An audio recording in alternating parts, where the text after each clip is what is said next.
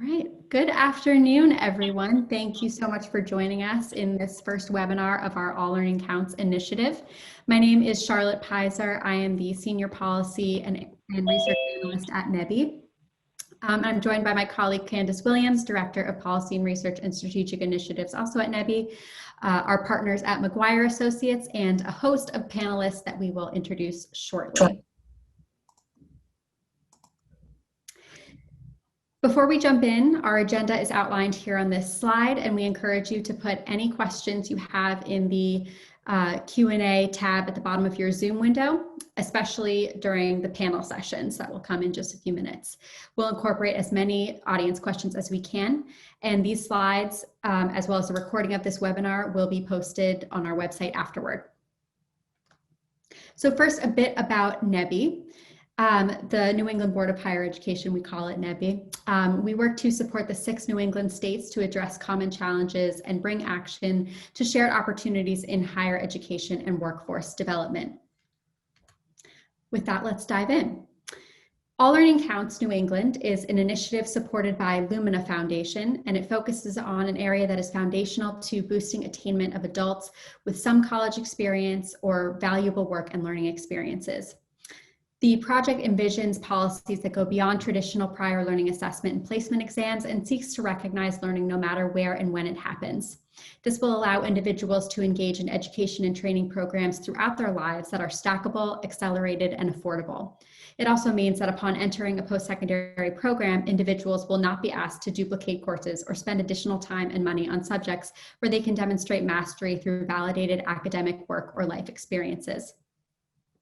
We're focusing on developing institutional and state policy recommendations. Right now, we are in an information gathering stage, which will translate into a series of reports that we would appreciate your feedback on. We'll circulate those soon. And subsequent phases of this project will be announced shortly. As a first step in information gathering, we performed a state and institutional scan of credit for prior learning policies, and we found that community colleges and completion colleges offer the most transparent information and most inclusive policies around credit for prior learning. We also learned that there's very little standardization on the cost of existing procedures that award credit, nor any guarantee that the assessment will result in awarded credit. Lastly, we found that so far, very few institutions have made information about the stackability of micro-credentials, short-term certificates, or industry-recognized credentials very well known. Furthermore, it's unclear whether credit for prior learning is transferable from one awarding institution to another. From the state level perspective, all of New England states have enacted state policies or regulations that have initiated a statewide program related to credit for prior learning. However, none is holistic enough to be broadly effective. We will hear from a few of our panelists later on the topic of state policy and how it is crucial to support this initiative. That said, our goals for best practices at the state and institutional levels are consistent. Their transparency and access to information regarding credit acquisition, affordability of the assessment process, and easy translation of industry recognized credentials and other non-credit bearing programs to award academic credit. All Learning Counts has a specific focus on closing equity gaps, especially in the wake of the coronavirus pandemic. As it stands, individuals of color in New England have traditionally been underserved by higher education, as you can see from the significant attainment gaps between white and non-white individuals, in some states as large as 30 percentage points. According to Strata Education Network's public viewpoint data, since the onset of the pandemic, Americans of all races have reported similar perceptions of needing additional education should they lose their jobs. However, a significantly higher percentage of Hispanic Americans have reportedly already lost their jobs, incomes, or hours as a result of COVID-19. Therefore, validating these individuals' skills, competencies, or prior academic credit will be critical for re-engaging them in post-secondary education with a head start toward degree or credential completion and re-entry into the workforce. So with that introduction, I will turn it over to Tim Lyon and Jason Pollock from McGuire Associates to talk about the results of our adult learner survey and the implications that the data has on our project. Excellent. Thank you, Charlotte. Can you all hear me and see my screen? Excellent. Thank you, Charlotte. That was excellent background, and it's important to share as we look at what the data has said of our study specifically focused on the adult learning population in New England. There are a lot of policy implications and potential strategies that the implementers on this call can take to really help in this space, and it's an important discussion to be having today. For those of you who don't know, McGuire Associates is a corporate partner of NEBI, and we are a premier consulting firm that's been conducting research in the education space for nearly 40 years. We were grateful for the opportunity to conduct this important research on adult learners in New England this past summer in partnership with NEBI and the Lumina Foundation. I'm going to briefly describe the methodology of our study before getting into a few of these key various features of our study, which include awareness and access to prior learning assessment as a completion strategy, specifically for degree programs for students who have experienced either some level of college study, hold an associate's degree, or hold a high school diploma. And finally, we'll focus on industry recognized credentials in this space, because the relationship that exists between these adults and the access and desire for education is extremely important in this space. We did cover a number of topics in the study that we won't necessarily touch on today. We would be more than happy to provide anybody who's interested with a full report of our study. That would also include features like program preferences for adult learners, the impact of COVID-19 on educational desire, etc. So a brief introduction into the methodology before we get right into the results. McGuire Associates and NEBI engaged survey takers who met each of the following criteria. The first is that they're currently living in one of the 6 New England states. We were conscientious of ensuring that our sample was representative of the population of adults in New England who do not hold a bachelor's degree, so you will see heavier representation from Massachusetts and Connecticut as well to some extent. We also wanted to ensure that they were over the age of 25, and we also set an upper limit of age as well. And took current employment if respondents were retired. We also considered that. We also wanted to ensure that they've achieved a minimum education level of a high school diploma or GED, but do not hold a bachelor's degree. That survey was deployed beginning on May 7th, which at this point seems like a lifetime ago, and was closed on May 18th. The total number of valid responses that we received was just over 2,000, and with the sample that we took at a margin of error at 95%, that gives us a confidence level of 2%. So that would essentially, for this audience, mean anytime we provide a percentage, you can essentially feel confident that the true percentage of the true population of all potential adult learners in New England is equivalent to that percentage plus or minus 2%. We also wanted to ensure that the respondents were taking the survey in a timely manner, and the median survey completion time was 12 minutes. We also assessed the current course-taking behavior of respondents, because we are looking at the desire specifically for pursuing bachelor's and degree-type programs. And this is one of the first indications that we see of the true difference between degree programs and associates or certificate and diploma types of programs. We see 288 of our respondents who are currently taking courses at this time. That's about 1 in 7 of our respondents in New England. But you can see right from the outset that those who are taking courses that are part of a degree program specifically, over half of them are taking them full time, as opposed to the less than 20% that are taking those courses full time for a certificate program or for a diploma program. Now I'm going to pass it to my colleague, Jason Pollock, to talk about the awareness and access to credit for prior learning that we observed within this study. Thanks, Tim. So the first piece we wanted to just give everyone a little bit of a better sense about before we dive in is, who is it who actually completed this survey? So as you can see here, the graph on the left shows the highest level of education that our respondents completed, with roughly a quarter of the respondents having completed an associate's degree, 35% having completed a high school diploma or GED, and then roughly 40% having completed at least some college course. We also asked all of the respondents, how many prior college or university credits have you earned? As you can see here, roughly 30% of them haven't earned any credits, 21% earned 1 to 12, 12% earned 12 to 29, 22% earned 30 or more, and 16 reported that they weren't sure how many credits they've earned. Now, our respondent experience with prior learning assessment is kind of the next piece we wanted to dig into a little bit. So a lot of the survey was getting a sense about people's thoughts and experience about prior learning assessment. And what we can see here is the percent answering by state who answered yes, they have received credit from a college or university through PLA. Now, all the way on the left, we see that in Connecticut, it was the lowest percentage at 7.3%, while Maine, Massachusetts, and New Hampshire were all roughly at the average between 8 and 9%. And then Rhode Island and Vermont, people had a bit more experience with PLA in those two states, up over 10%. However, as you can see on the bottom, the sample sizes from those states are small enough that we can't actually make any firm conclusions that the true proportion of PLA experience in Rhode Island and Vermont is higher than other states with any mathematical rigor, but rather we're just able to see kind of anecdotally here from our survey that those percentages were a little bit higher. Now, participants without PLA experience still do place value on schools offering recognition of learning, though people with PLA experience tended to value this more. So the graph on the left shows all of the respondents who didn't have experience with PLA.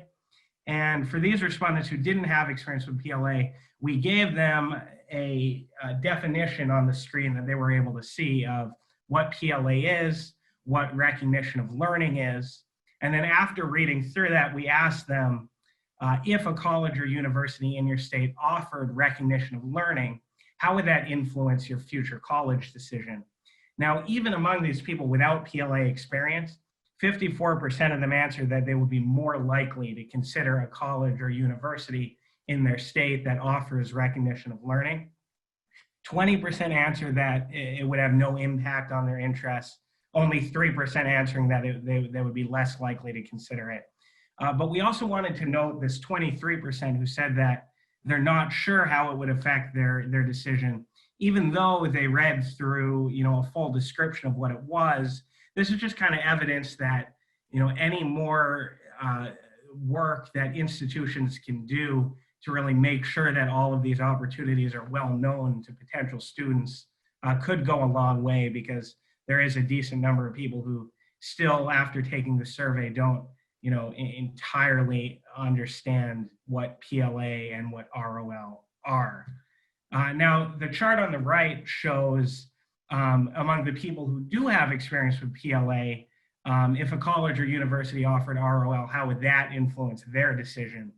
Now, a higher percentage than the people without PLA experience answered that they would be more likely to consider a college or university in their state, almost 70%, with 20% saying that it would make no impact. So really the largest takeaway here is that although people with PLA experience are more likely to consider a college or university that offers ROL, there is still a hefty number that answer that, even who don't have PLA experience. Now, the next thing we wanted to do is, now that we've kind of made this distinction between people who have the experience with prior learning assessments and people who don't, we wanted to really try to get at what differences do we know about these two populations? What makes the people with experience with PLA unique? And this was the first way that we wanted to tap into that, where we asked the question, what types of resources do you or would you use to gather information about your educational options? And they were shown a longer list than this and given the opportunity to select all that apply to them. But what we're showing here are just the top 5 most frequently selected responses. You'll see that for the first 4, Google searches, websites for institutions, recommendations from family, general college or university guidebooks. All of these answers tend to be quite similar for people with PLA experience and people without. However, the answer employer recommendations as being a source of information that people use to gather information about their options, that tends to be selected more frequently by the people who have PLA experience. which is just kind of the first bit of evidence along this theme that you're going to see more, that people who have PLA experience tend to have families, they tend to have careers, they tend to really have their act together. And this is what we know about those people, and they tend to gather more information from employer recommendations. Now, the next section is prior learning assessment as a completion strategy. And what we're going to see here first is that we're going to dig just a little bit more into the general information that we know about people who have experience with prior learning. So the first question is, have you ever received credit through a college or university through PLA? We actually looked at this earlier, broken down by state. That's where we saw that Rhode Island and Vermont were a bit higher than this 8%. But on average, altogether, it comes out to 8% of the respondents said that they have received credit from a college or university through PLA. 78% not having received credit, and 14%, again, these people answer not sure.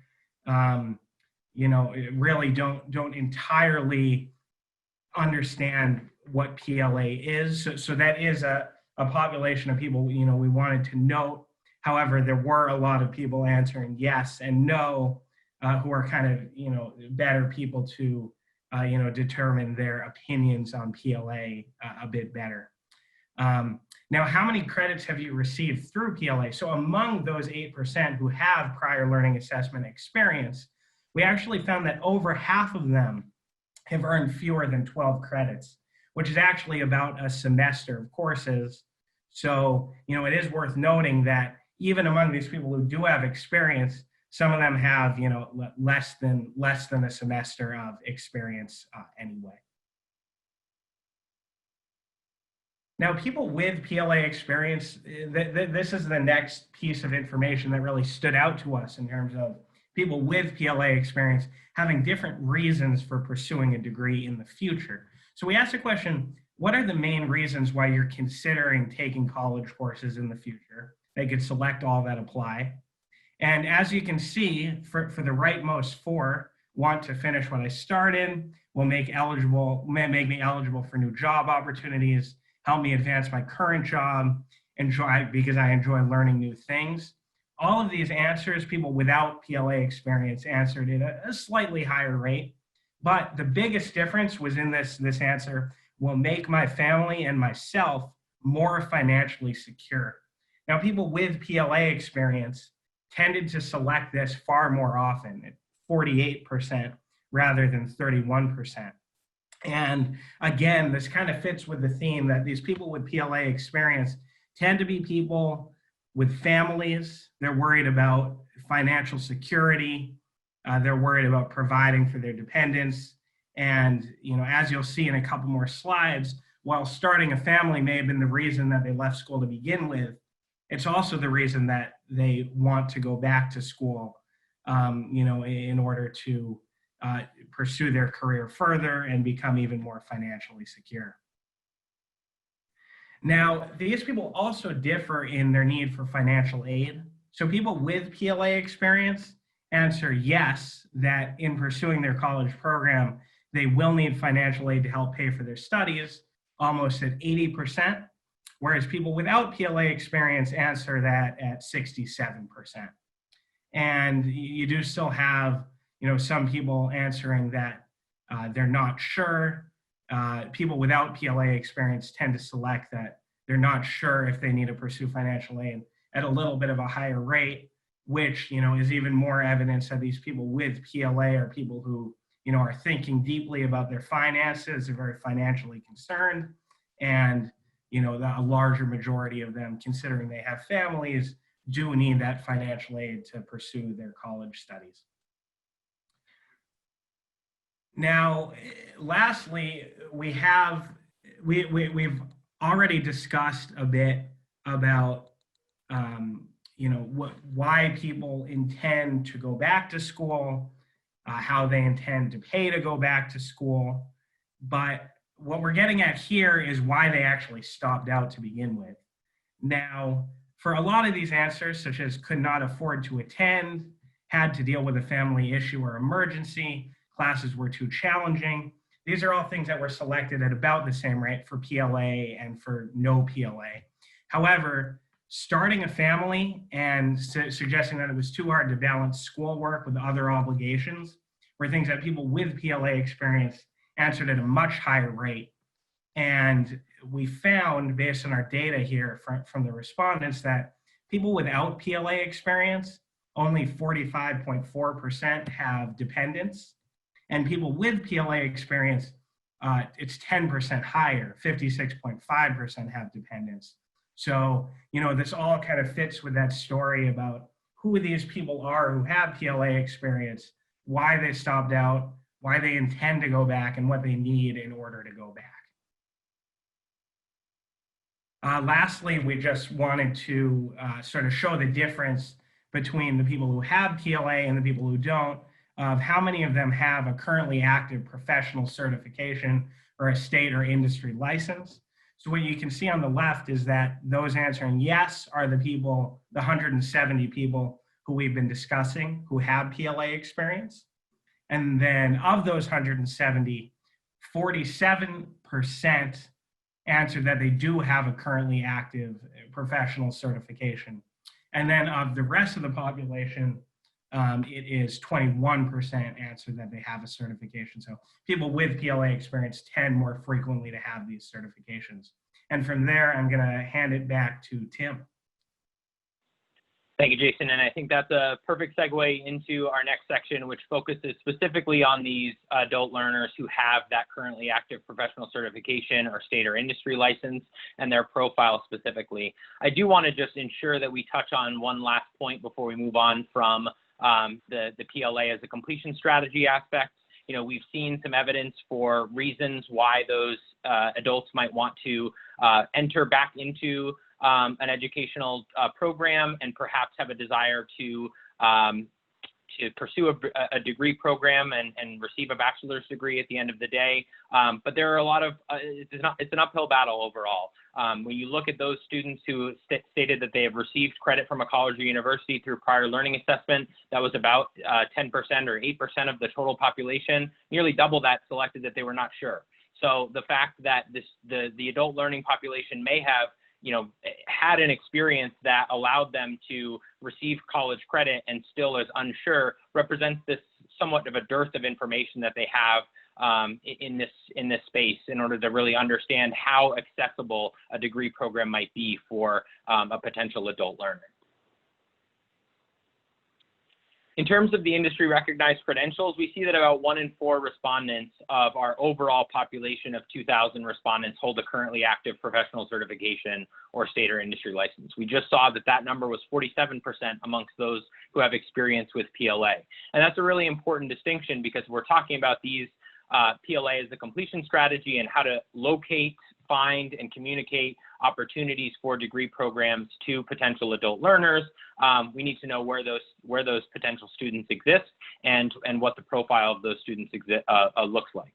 About the same proportion of those students who have that professional certification stated that it was not required for their specific occupation at this point. So the majority of those who hold those licensures or certifications say it is required, but some interesting examples that do come up that are examples that would not necessarily require an associate's or a bachelor's degree. We do see a lot in the healthcare space specifically.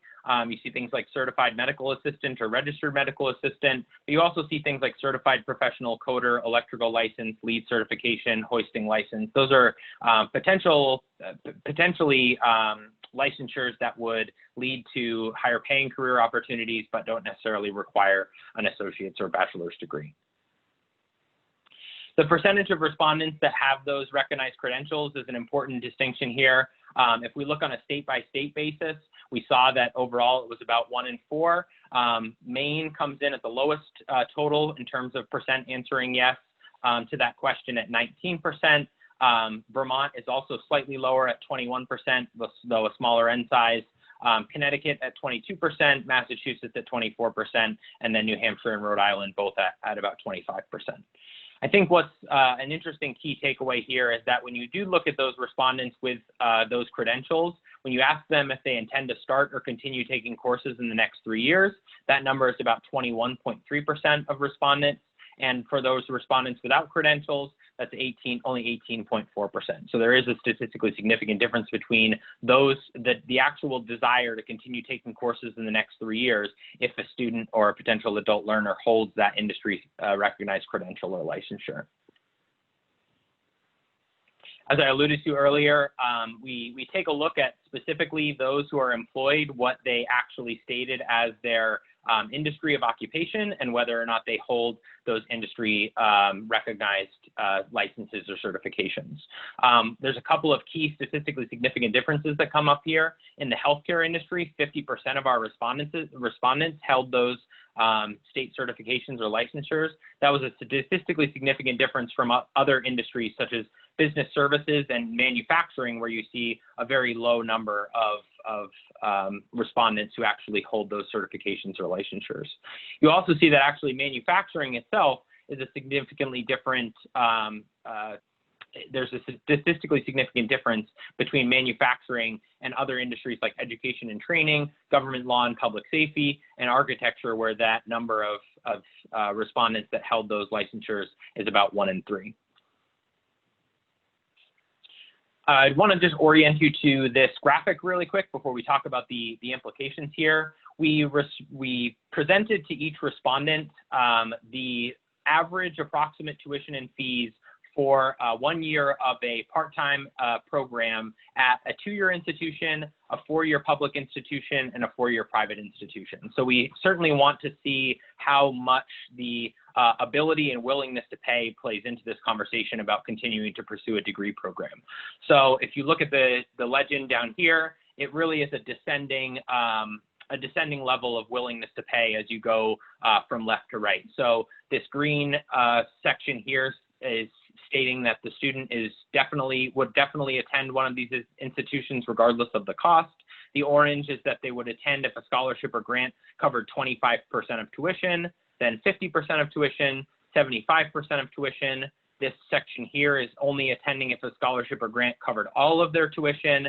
And then these last two here would not attend even if offered a scholarship or grant. The reasons for that may be, satisfaction with their current employment level, or just, an intrinsic non-desire to pursue an additional degree program. And then lastly, you see this group that states that they're not sure.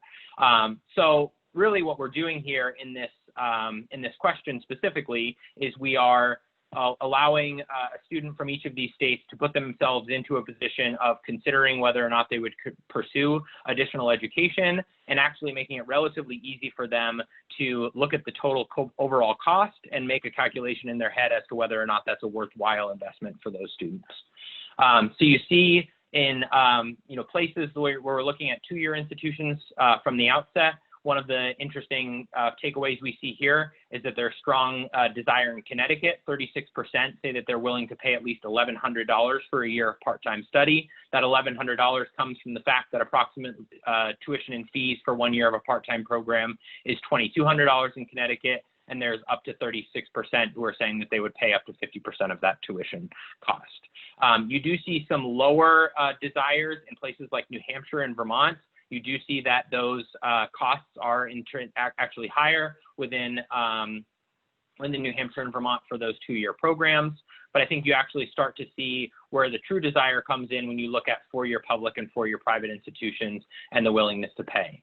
If we look at potential adult learners in New England for 4-year public education, it's interesting to see that this is where you start to see that shift more and more towards a compressed total as you move to the left. You see more students saying that they would only attend if offered a scholarship or grant that covered all of tuition, this blue bar here, and you see about the same number saying regardless they would not, or you do see a higher percentage that were saying that they might need up to 75%. Potential adult learners in Massachusetts, New Hampshire, and Vermont, it appears from this study, are more sensitive to the price of that 4-year public education. So New Hampshire You see that it's about $7,000 on average for that 1 year of a part-time program, $7,200 for Vermont, and then Massachusetts is just slightly below Connecticut in terms of that overall cost there. And then when you look at specifically private education, that's where you see a pretty substantial compression as you move to the left here. When we're looking at 4-year private education, the desire goes down fairly significantly amongst all respondents for pursuing that type of program. And obviously you're seeing a fairly large jump in cost, more than double in most states for the average total amount of cost. And that's where you see, really you still do have this number of students who would saying that they would attend if a scholarship or grant covered all of tuition, but from an institution's perspective, connecting with those students and then offering a free opportunity for those students to attend their university is relatively difficult in the private non-for-profit space. So this is a lot of information to compress within 30 minutes. And as I said earlier, we are more than happy to provide everybody with the full breadth of our study here. But I just want to end it with a couple of key takeaways that we see as inherently important in this study and important for the implementers on this call to really take away from this investigation. We do see first and foremost that there's significant interest in prior learning assessment, even in those who have no experience with it. You see over half stating that they would be likely to consider a college in the state that offers credit for prior learning just based off of a simple 1 to 2 sentence description of what the program might be. There is still about a quarter of those potential adult learners that are unaware or unsure of how that would affect their decision. And even those with prior learning assessment that do have that experience still are unsure whether or not their credits are transferring or how many credits they might be eligible for. So there's definitely a need in the marketplace for additional information to go out to those potential adult learners. We do see that people with PLA experience, as Jason showed, more often stop out of school because they're starting a family or they have other obligations that they need to balance along with their educational obligations. And then the reason for going back to school often being some level of financial need. There's certainly a desire overall and really I think a willingness to pay and ability to pay in some cases for some potential adult learners really mean the same thing as you saw with those financial slides one slide back.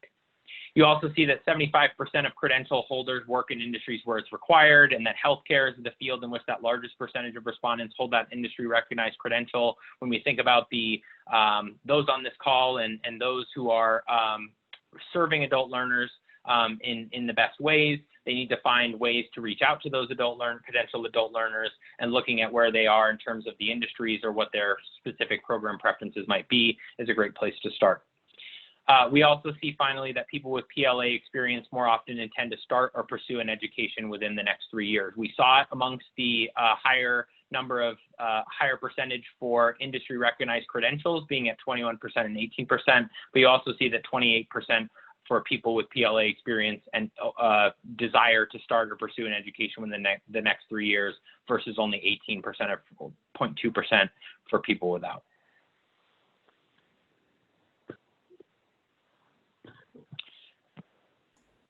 Thank you so much. Serial, go ahead, Troy. I was just going to say thank you so much to both of you for all of that information. Again, these slides will be circulated around and posted on our website so you can really dive into this information. And they will also be incorporated into our forthcoming reports. Again, please pop any questions you have in the Q&A tab, whether for this section or the next, and we will continue moving on.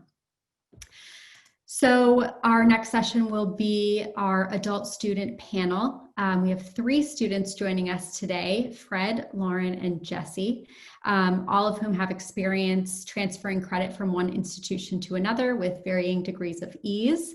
We're going to hear about their experiences and learn their perspectives on how the traditional credit for prior learning processes can be improved to better meet the needs of adult students. Again, we encourage audience and other fellow panelists questions as well.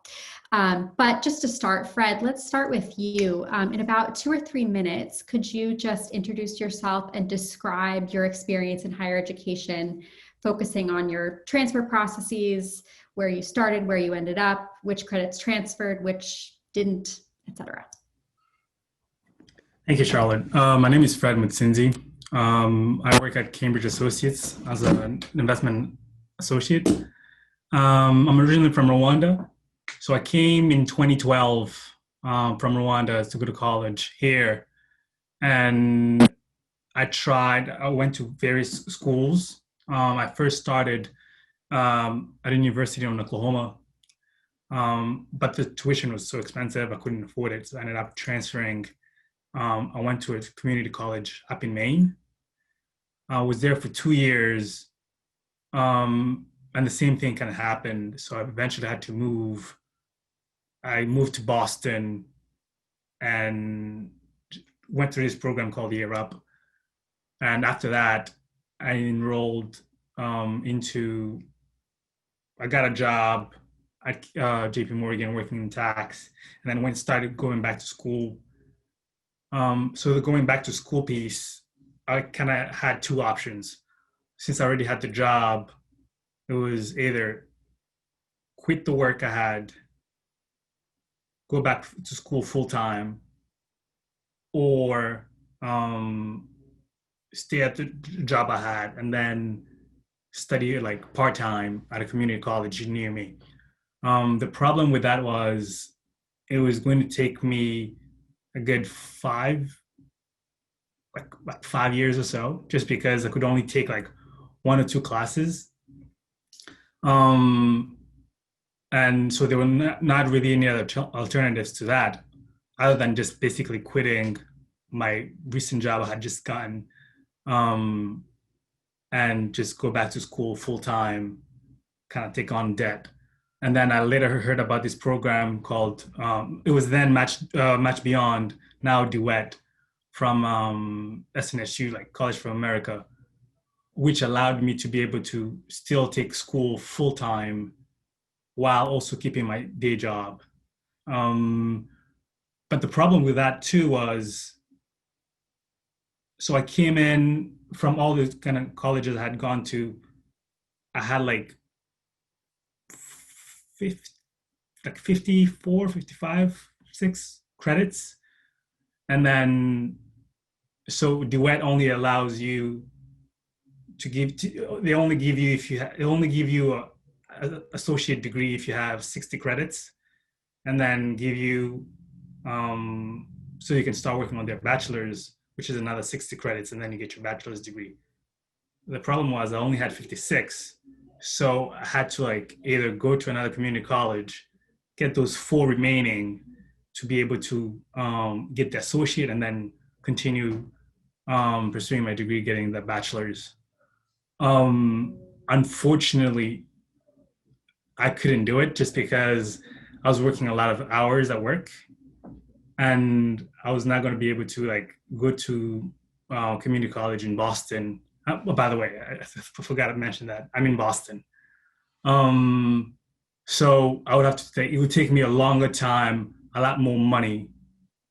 So I decided to drop everything, like all the credits I had accumulated all this time, and start from scratch at Duet, and work hard to be able to finish everything, at least make it worthwhile. And I did. So I ended up finishing both associate and bachelor's in a year and a half. But yeah, I'm sure you guys have some questions. Feel free to ask. Yeah, we will circle back with questions. Thank you so much for sharing that. Clearly some ups and some downs. Obviously the wiping of credit was less than desired, but the ability based on the competency-based model of SNHU to complete both degrees in such a short time period is unbelievable, especially while maintaining a full-time job. This guy did not take 1 second of a break. So just want to emphasize that. Lauren, can we transition over to you to talk about your experience? Sure, hi. So let's see. So I am now a graduate student at University of New England in the marine science program.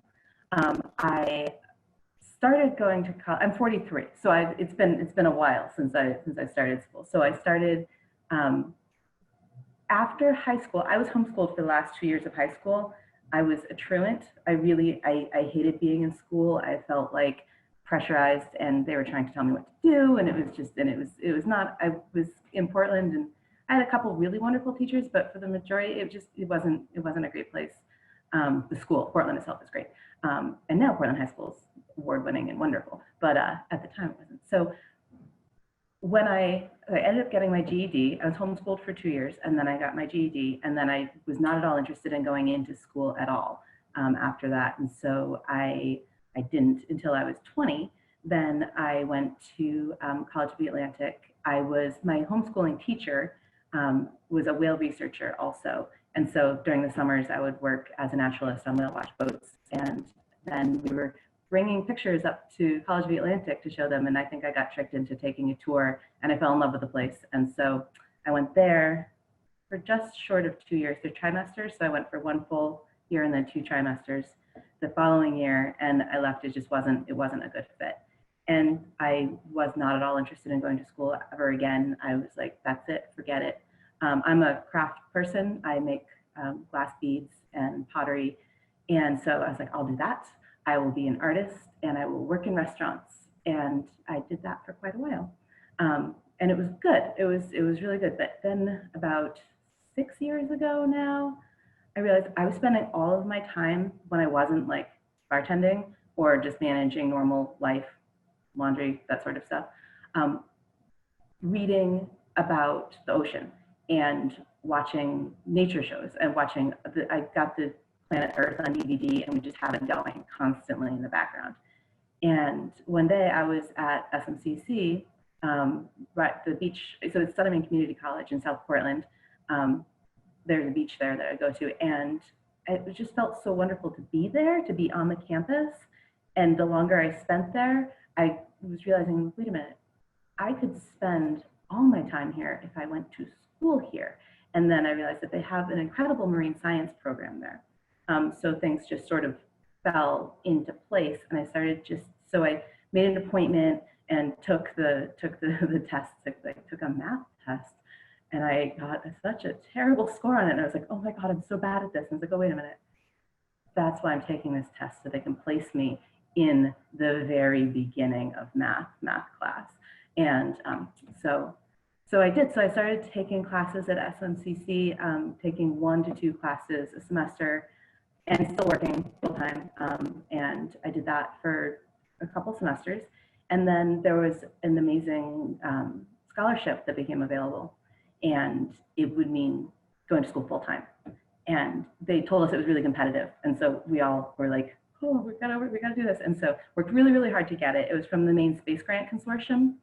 And it turns out that because community college is so completely like reasonably priced compared to other schools, the amount of grant money that SMCC was given to disperse to its students was enough for all 16 of us in the program to get the scholarship. So we switched to full-time. So I was in school full-time, and graduated with an associate's in marine science. And there's a transfer agreement. This is where things get bad. There's a transfer agreement between the marine science department at University of New England and Southern Maine Community College. And so it seemed like it was going to be a very easy transition. Like, okay, so I have an associate, so I would be transferring in as a junior. I just go to UNE for a couple of years, and then I'd have a bachelor's. But even what I've really found in this whole process is that even with a transfer agreement, even when there should be guaranteed, there's an articulation agreement, credit for credit, it should all work, it doesn't go that smoothly. Because the agreement was set up between higher level offices between the two schools doesn't mean that in practice it really lines up right. When I got here, my big point about all of this is that the advisors who deal with transfer students, and especially adult students who act like they know what they're talking about because they're adults and they're used to doing things for themselves, the advisors have to realize that the people that they're talking to are new to the institution, and they don't know how things work there, and they don't know like the order of classes you have to take, or they don't know if you're going to get credit for what they say you're going to get credit for. So anyway, it all worked out eventually due to really helpful assistance from the associate dean at the time, Dr. Charles Tilburg. He was really a strong advocate for me. We sat and went through all of my transcripts from all the schools I've been to, which at that point was like 4 other schools, and figured out which teachers to get in touch with in every single department and go and petition the department heads to see if I could get credit for things I'd taken a very long time ago. And it ended up taking 3 years instead of 2, but yeah. So now I'm here in the graduate program. I want to get back to that 3 years instead of 2 in a minute. But in the meantime, Jesse, we'd love to hear your story. Yeah, of course. So my name is Jesse Loudon. I'm based out of Somerville at the moment. Lauren, I also left high school, got my GED when I was younger. I worked for a long time in the restaurant industry as well, so we can have a drink some other time and talk about this. But yeah, I was from 17 onward. I was full-time in a restaurant, working in kitchens, working in bars. I ended up moving into restaurant management. And I worked extensively in what I thought was going to be a career track that, you know, with no particular end in sight. I did end up wanting, I'm in Jason and Tim, I'm definitely in the wanting to finish or tie up loose ends part of the data that you were speaking about. I wanted to return to college and to have that be a part of my life, and not only for professional advancement, but also just to sort of prove to myself that I could do it. And obviously the fact that I dropped out of high school made that difficult. And the route I immediately saw that became obvious to take was to the sort of springboard effect of going to an undergraduate institution, or rather a community college, transferring whether in an articulation agreement, as Lauren mentioned, with UMass, or if you do really well, I had heard that there are higher level opportunities that people can access. So I entered into Bunker Hill. I was working full time and attending Bunker Hill basically at the course maximum to try and get it done as soon as possible. I took about 54 or 56 credits, whatever it is, within 4 consecutive semesters, including the summer. So I finished in about 14 or 15 months. I applied to and was incredibly fortunate to be accepted to the REAL program at Tufts University, which is a specialty transfer program for non-traditional adult students. The acronym is Resumed Education for Adult Learners. I had what I'm now becoming more aware, relatively easy experience with credit transfer because of the specialty nature of the program. I was immediately paired with an advisor who walked me through the process. Many of the students who are in the cohorts for this program come from community colleges. I'm sorry, all of them come from community colleges, many of them from the Boston area. And so I was able to transfer 95% of my credits in a process where basically an online format, there was a searchable database of every credit that had ever been approved for transfer in the university and the institutions from which they were applied. I was able to have everything match for basically its equivalency, stat match for stat, English 1 match for English 1, et cetera, et cetera. The difficulty that I found in the program was because it was a sort of top tier educational institution, which I was and am very lucky to be a part of. I'm currently finishing my bachelor's in applied environmental studies, and I've been accepted for a combined degree program in urban and environmental policy and planning. The issue I found, which is maybe the only hiccup, was that the major requirements, because it is a top tier university, they were accepted for an elective within the same field. They were not accepted as the requirements for that specific major. So although I completed all of the classic requirements for a political science major, they all became applicable only as electives, which meant that I would have had to start from scratch. I did end up choosing another major, and that is something that I'd heard from other people in the program. There was a major roadblock where there are these very stout pathways that had been built, but there were still, and once again, to refer to you, Lauren, there seems to be a lot of sort of hidden noise in terms of how things actually shake out, despite best efforts and despite good planning and best intentions. But I was able to transfer almost everything. It did get me where I needed to go for less expensive credits and to give me the support that I needed in terms of the credit base to be in good standing at the school.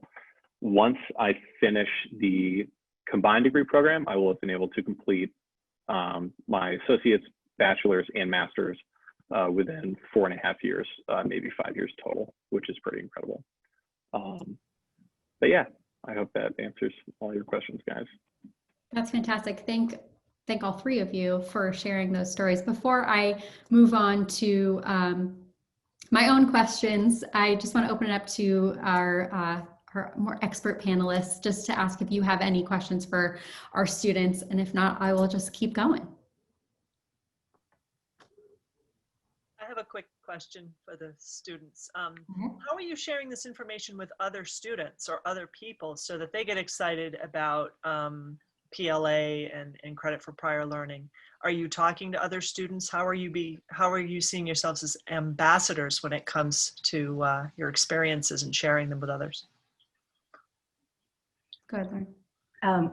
So what I find myself doing more is making sure that other students learn from what went wrong in my process. So I've been very clear with anybody that I know that's going to transfer that make sure you do this all in this order. Make sure you keep asking. Don't get overwhelmed, or even if you are completely overwhelmed with the process and it seems like the registrar's office does not talk to the other registrar's office and then it's somehow your fault, that you can't just give up. Like, you can't be like, okay, well, I guess this place isn't for me, because like, you've worked so hard to get this far, you have to keep at it and just commiserating with them. So it's less of a finding people and bringing them in, but more of a, like, when I hear that people are going to do this, just telling them that it's going to be tough, but that it's worth it, that they can do it. Thank you, Bob.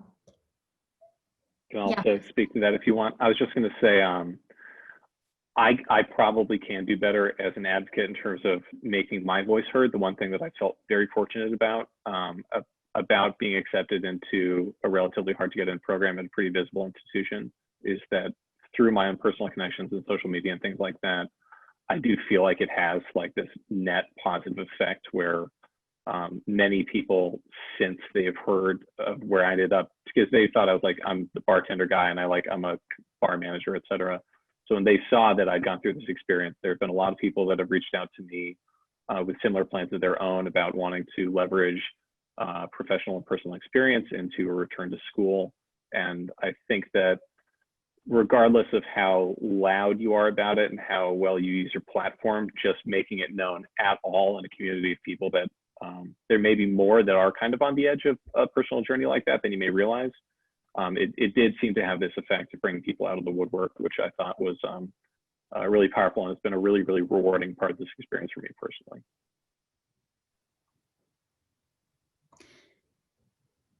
Yes, Yasmin. Yeah, I just wanted to sort of turn Pat's question around and hear from the other direction. Would you point to anyone in your lives or any person who really sort of helped you navigate through the various, going from one institution to another, prior learning, the different places, how did that work? Or did you do it yourself? Yeah. I can start. So from going from college to college, the only thing I was really kind of going for is affordability.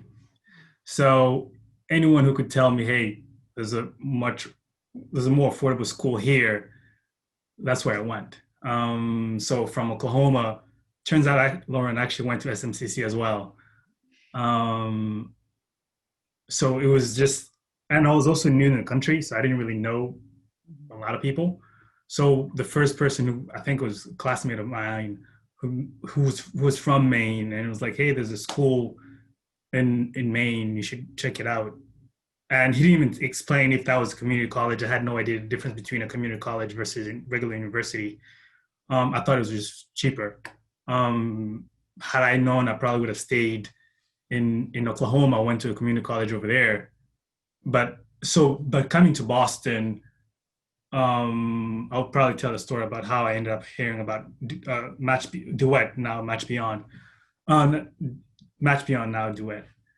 So at that time, it was in 2015. It was fairly new, and like there hadn't been any graduates yet, or had been like one graduate, and very few people had applied to the program, and it sounded too good to be true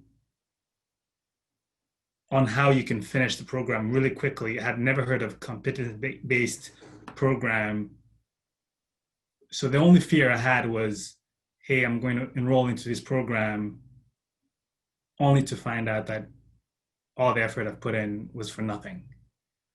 Just because it's not accepted all around. But the fact that it had the kind of stamp at SNHU kind of led me to actually doing it. So it took some advisors from the program, and if I'm also being frank, no other alternatives were available. So it's kind of like lack of options, advisors who were kept pushing, and me being like, sure, I don't want to go spend thousands of dollars and quit work to go back to school. I want to just jump in just because I know that we are limited for time.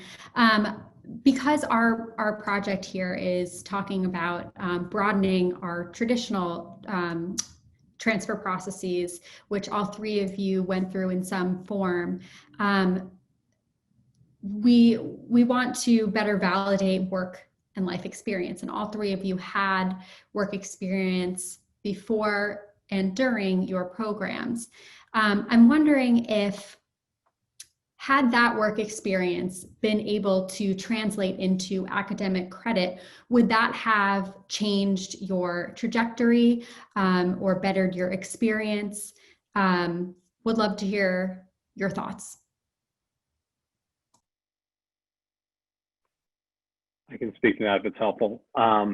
So at the level that I was working in the restaurant industry, although there were not any of the state or official certifications we were speaking of that you would see in the healthcare industry or in other trades, it is something that is very fluid and very knowledge-based, to the point where I was taking literal classes within the restaurant industry on wine and food and production methods, many of which, had I had any access to or awareness of being granted credit for these experiences, it is absolutely something that I would have taken advantage of. I could have received credit in business management, in environmental and ecological studies, in sustainable agriculture.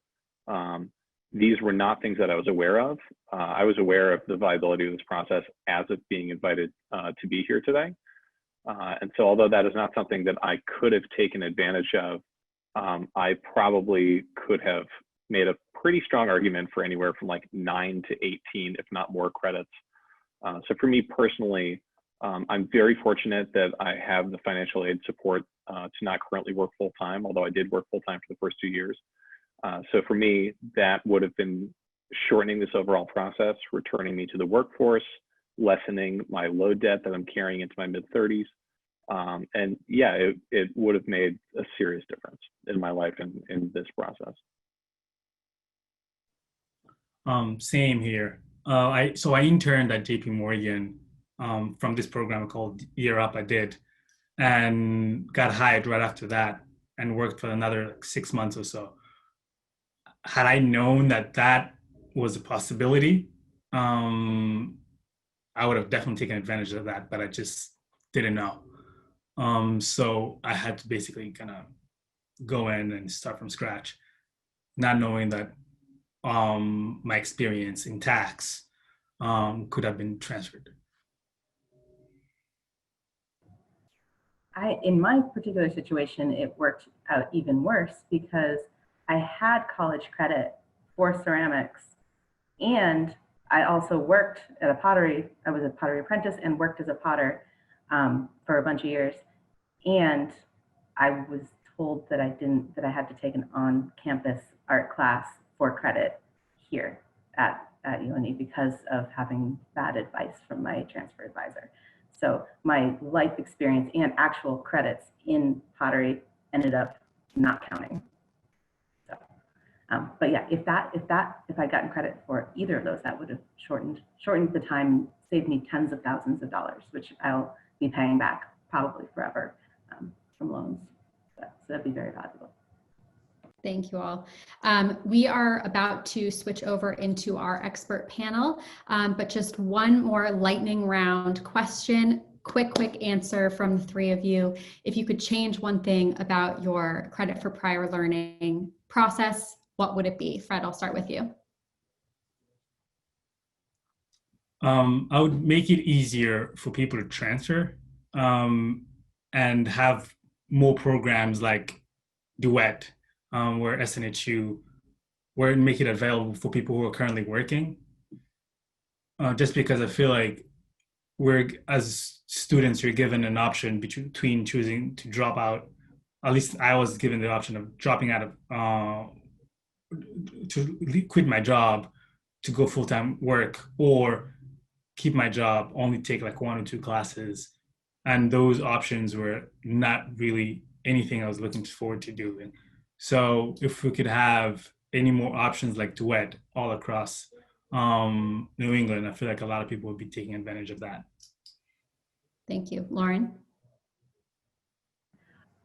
If there could be improved communication between not only separate universities, but within universities, and just improved communication between the different institutions and outreach to the potential students. I think that'd be great. I would say that as more and more institutions see the value of even as basic as the investment in accepting more non-traditional adult students, there is an emphasis put on valuing prior work experience, but it often doesn't cross the threshold of actually awarding credit for that. So I'm in a purpose-built program for people like me for whom work experience is valued, but crossing the threshold of actually awarding credit for that prior experience is something that there still seems to be a barrier at. So lowering that barrier would just be another way of even more profoundly dedicating themselves to the value of non-traditional adult students. Agreed. Thank you all so very much for joining us today. We would love to have you stick around and join our next discussion. And I will turn it over to Candace to moderate our next panel. Hi, everyone, and thank you so much for your insights and for sharing your experiences. I will moderate a session with Lori Ficker, the Assistant Director of Advising and Prior Learning Assessment at UMaine Augusta, Pat Marshall, the Deputy Commissioner for Academic Affairs and Student Success at the Massachusetts Department of Higher Education, and Yasmin Zeisler, the Chief Academic Officer at the Vermont State Colleges.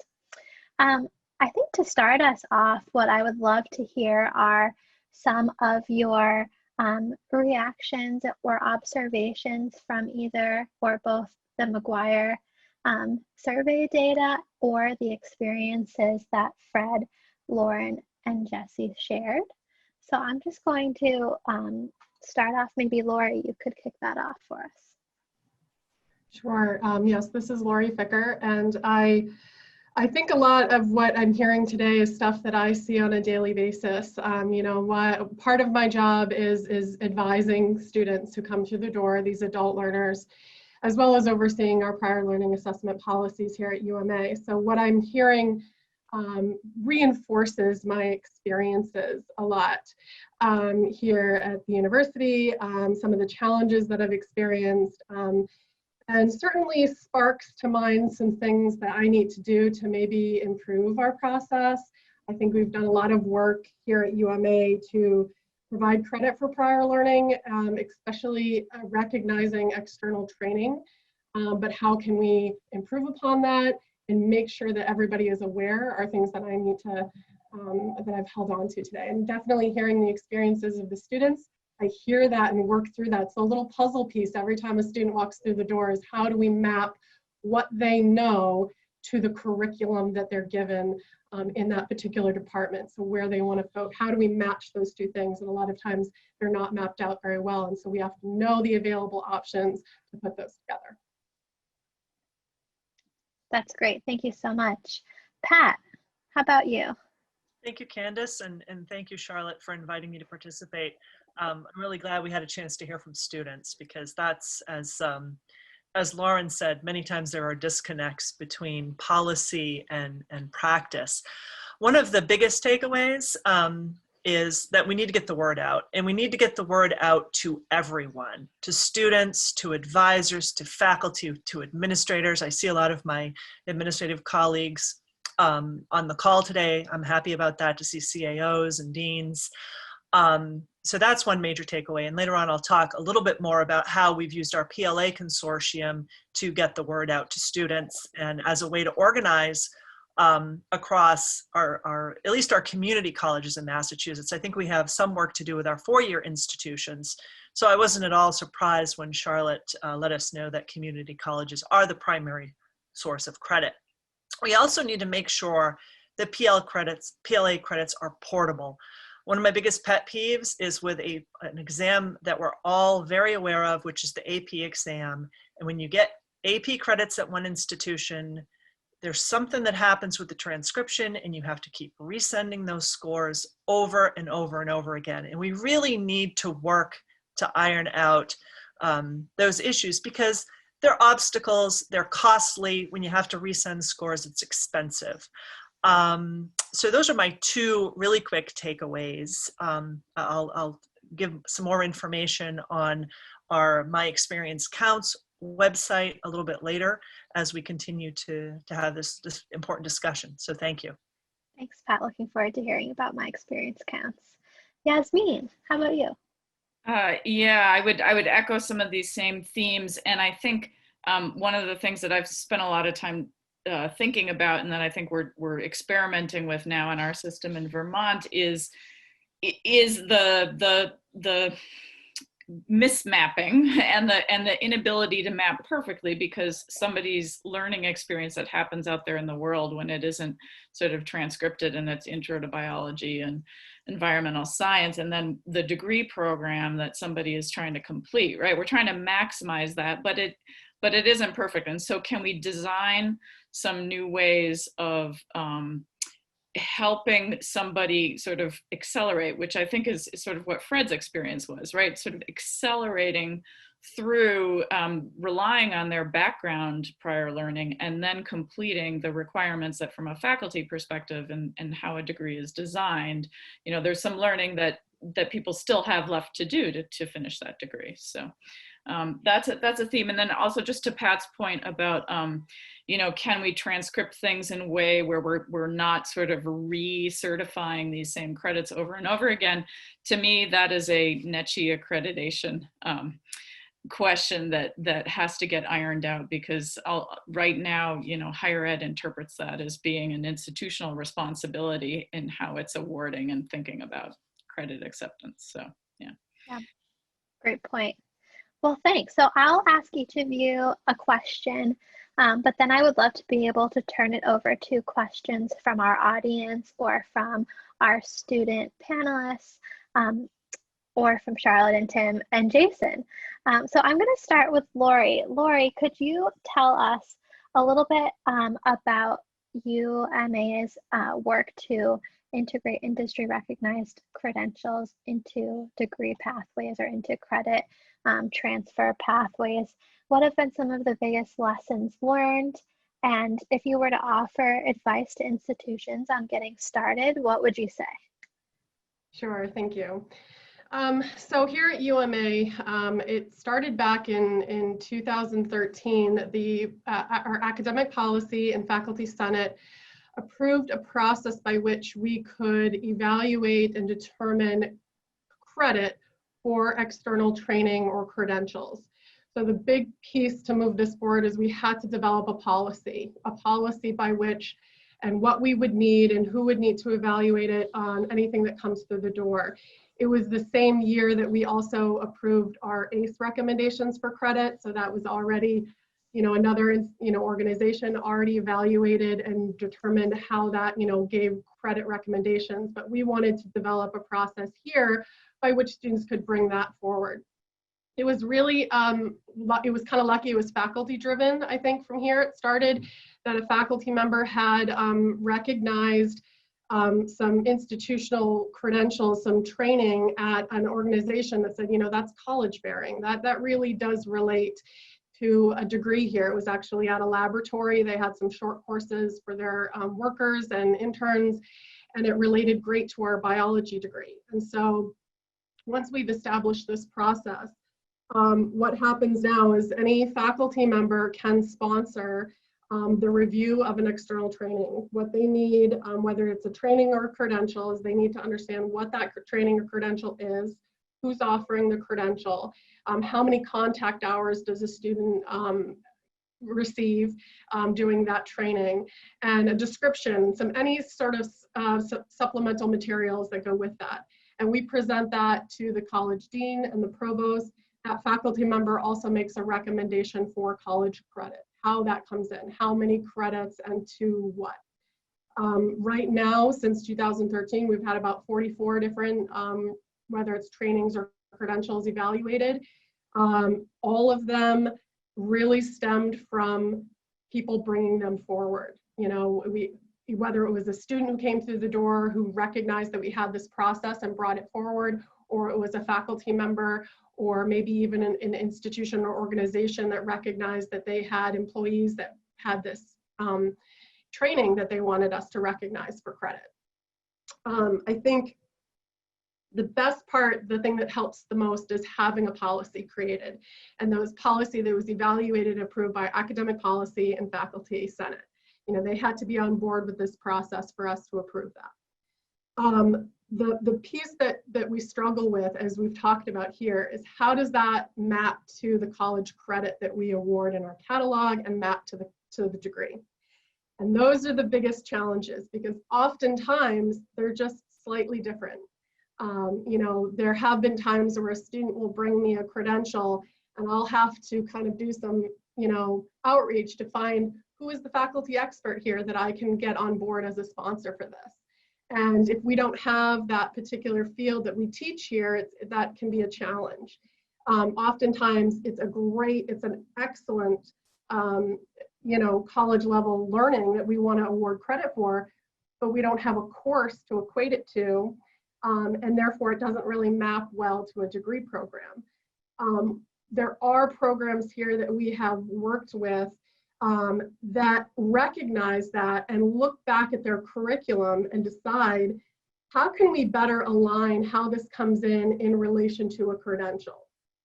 So for example, we've recognized that the Maine Criminal Justice Academy has quite a few different programs that students will go through that maybe don't relate to coursework that we teach, but it certainly is valuable and could build upon maybe a certificate in policing that then leads to the next step, an associate's degree in justice studies or a bachelor's degree in justice studies. So how do we map that effectively?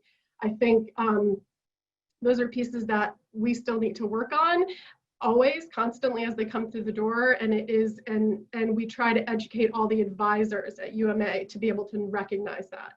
One of the things that we do when we onboard students is also just try to let them be aware of this, so that maybe there's something that we haven't approved, but they can bring something to us. I've got about 3 or 4 on my desk right now that are working their way through the process of how do we, what do we need? And one of the things that I would say that I wish I had greater access to is, what are the learning outcomes and the contact hours for these trainings and these certificates that students bring to me that I know nothing about besides what's on their certificate?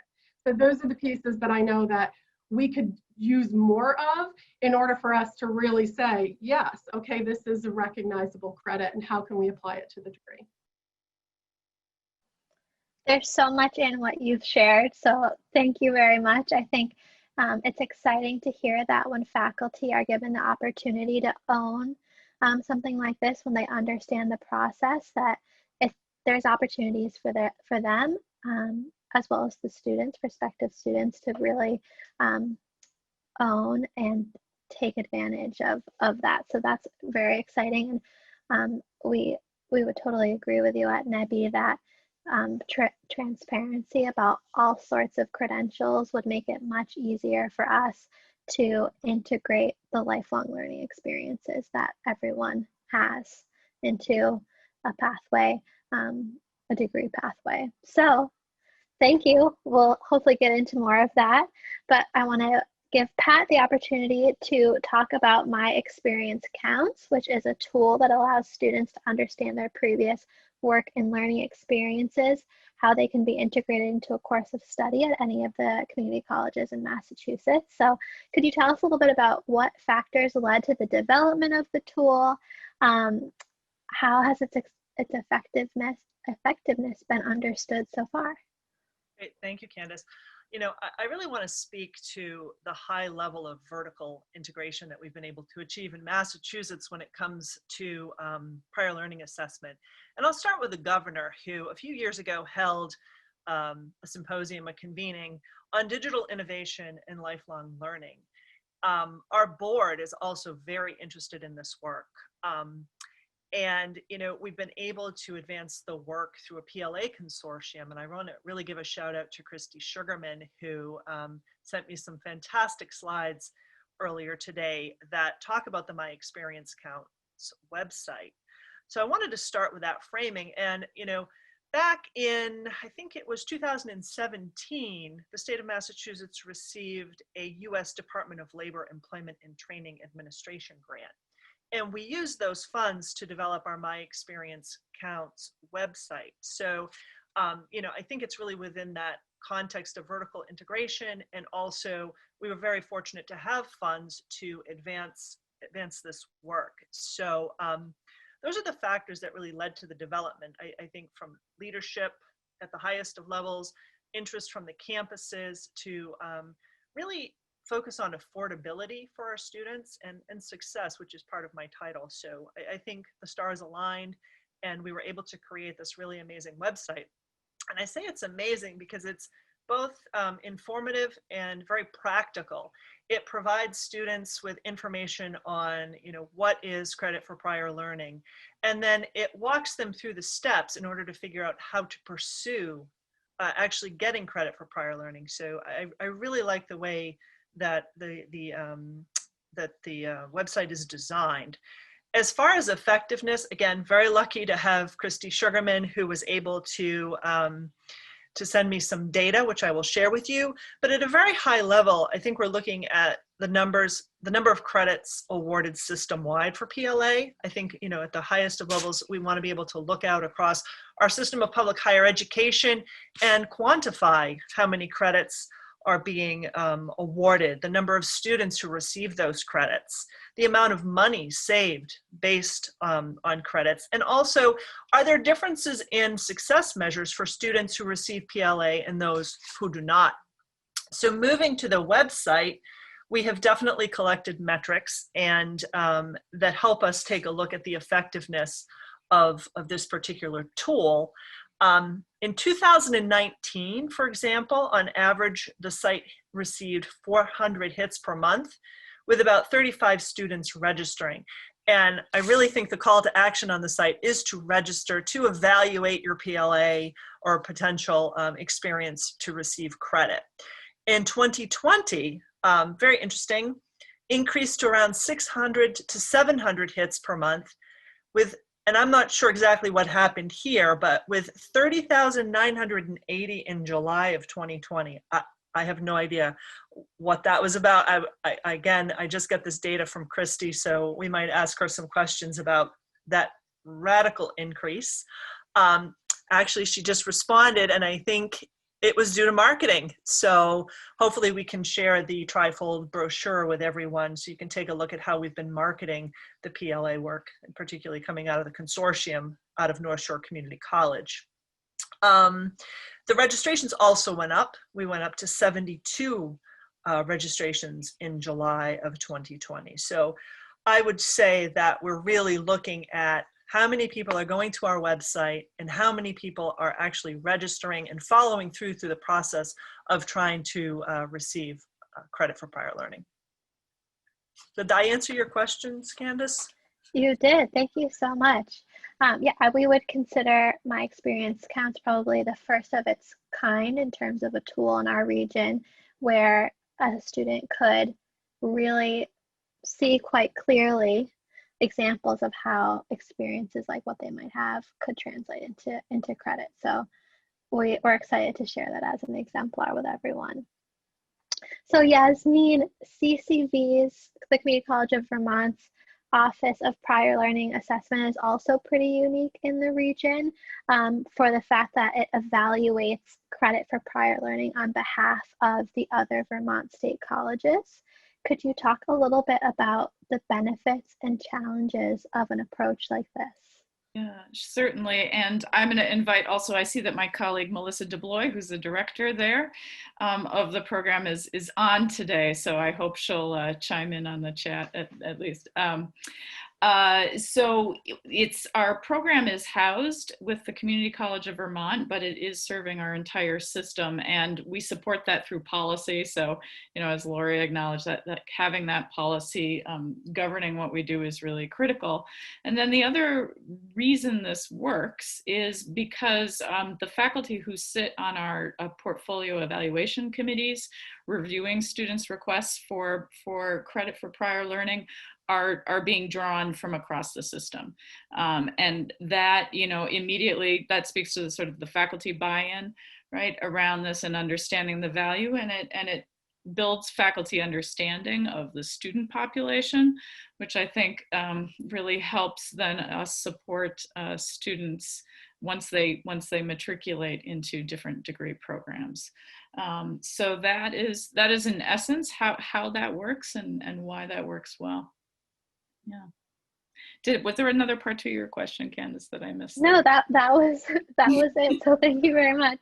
So I will start looking through the chat for some additional questions from our audience. But while I'm doing that, I think, it sounds like communication is at the root of what we can do better.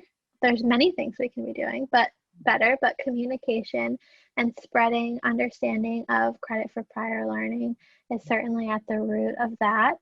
We heard from Pat about My Experience Counts and the role that marketing can play in making sure that information gets out there. But I would love for Lori and Yasmin to talk a little bit about what strategies your institution or system employs to let students know about this, the benefits of credit for prior learning, what has proven effective, and perhaps where would you go next?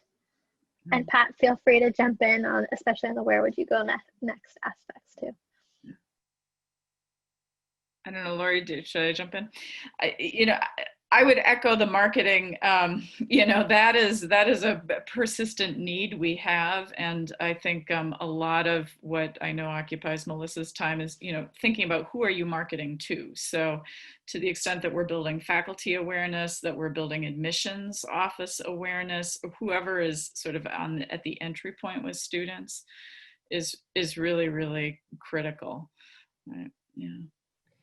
Yeah, I echo that marketing. I think one of the things that we do at UMA, the application actually has a question. Do you want to learn more about PLA? So any student can kind of click on that and it triggers some notifications to them along with, my contact information, just to at least make that point of contact. One of the other things that we have tried to do here at UMA is through some title grant funding, we actually created a position that looks at all transfer students who come through the door and how their coursework maps out to their degree program and whether there are other opportunities that we need to explore, whether there's substitutions or exceptions or PLA opportunities that we need to bring to the forefront of those students. Now, obviously that only gets to the transfer students. So what do we do with the students who don't have traditional transfer credit but might have prior learning opportunities? So I think there's ways that we can expand there.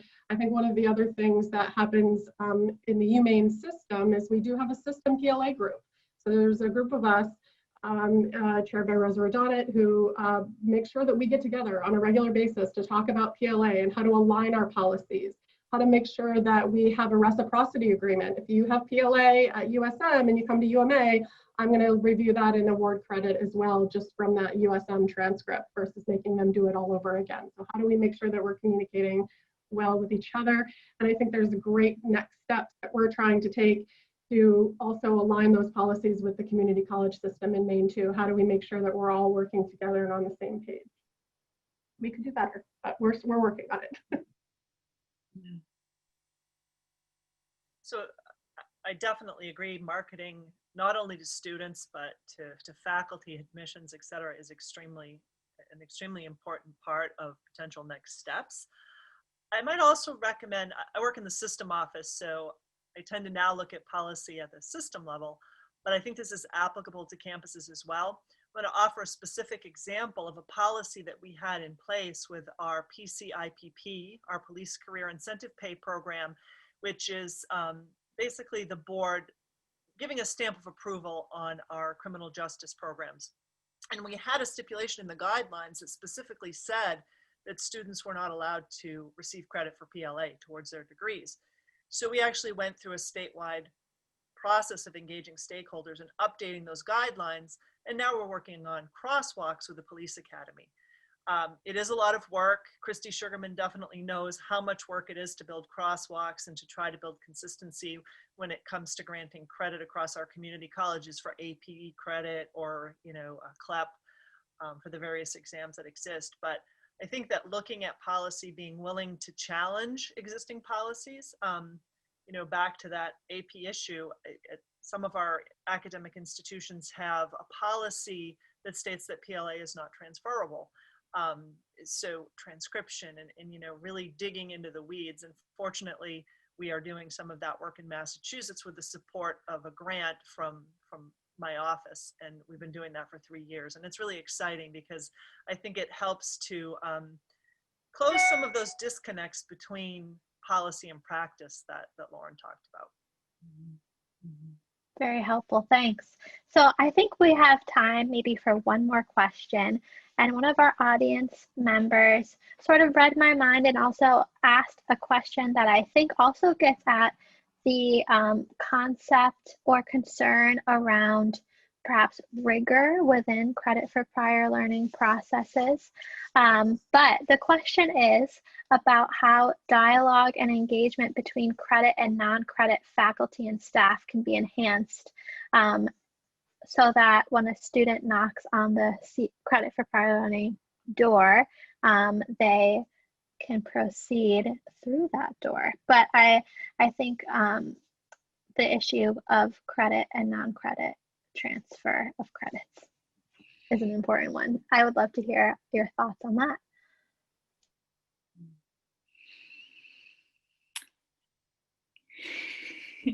I think it's, I'll jump in here because I think having, faculty be the ones reviewing prior learning and the documentation of it and thinking through how it maps, they start to think about how it maps onto their curriculum. And I think what Lori, you started to speak about, and I know we're experimenting here in Vermont too, with saying, are there certain course equivalents that students tend to come through the prior learning assessment process with learning that's equivalent to that?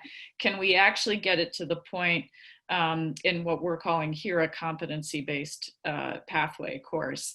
Can we document it and support the student to complete any additional learning they might need so that we are transcripting it as exactly the equivalent course and not this squishier, if you will, prior learning kind of evaluation.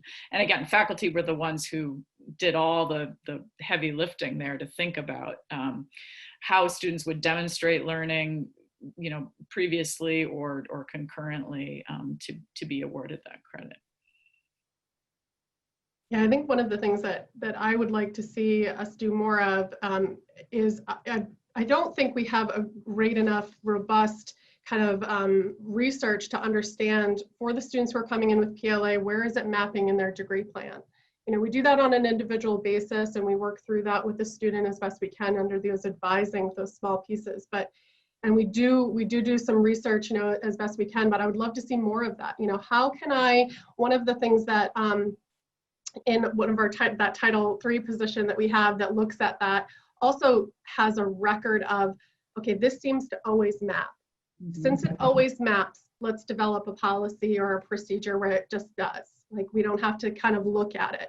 And so that's one of the things that I would like to see more of, is if we're getting a lot of students coming in with a particularly, industry recognized credential and it maps really well to a particular program, how do we highlight that? How do we make sure that people are aware? How do we go to, can we go to that coordinator and say, look, we're getting a lot of students interested in your program who have these recognized credentials. How can we make them fit a little bit better? And specifically with the programs that don't have a lot of room for electives.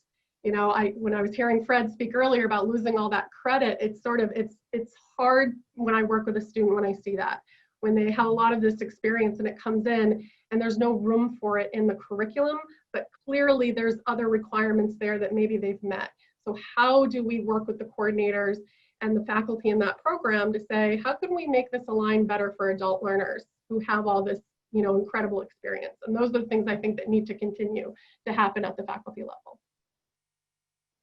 I don't have a lot to add to that. I really think Yasmin hit the nail on the head with the importance of the faculty evaluating the work. I would focus on student learning outcomes and what students know and can do, and try to create crosswalks, mutually agreed upon crosswalks. One of the structures that we have in place that we're attempting to use, and hopefully will be successful in using with the police career incentive pay program work, is mass transfer. So we've been able to achieve statewide agreement on content when it comes to transferability of courses. And I think that we may be able to use that work to provide a structure to create a crosswalk. So sometimes it involves using existing structures that you may have in your state that have been successful, bringing those faculty back to the table and trying to expand the conversation to include non-credit programs. Well, I know we're up. We've run 2 minutes over. I have written a very long list of things to follow up on or include in our upcoming reports, but I'm going to turn it back to Charlotte just to close us out and to send everyone on to the rest of their days. Thank you, Candace, and thank you to all of our panelists and all of our audience members. We really appreciate your time today. Again, I will be circulating our forthcoming reports with tons of data packed in for you to explore. This webinar has been recorded, and it, along with the slides that we use today, will be on our website shortly. Please reach out to us with any questions or comments on this, and you will be hearing from us again soon. Thank you all so much.